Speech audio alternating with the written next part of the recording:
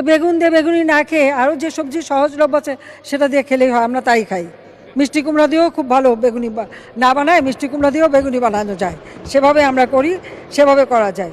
মাংসের পরিবর্তে এখন কাঁঠাল, এবং এই কাঁচা কাঁঠাল, এই কাঁঠালের কাবাব হয়, কাঁঠালের বার্গার হয়, কাঁঠাল নানাভাবে আমি করি আমাদের বাড়িতে।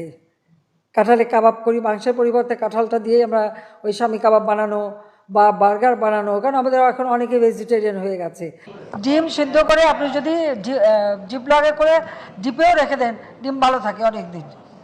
রান্না করার সময় আরামে রান্না করে খাওয়া যায়, ভর্তা করেও খাওয়া যায়। আমরা রাখি, খাই দেখে বলি আর কি। এগুলো তো নিজের থেকে শেখা।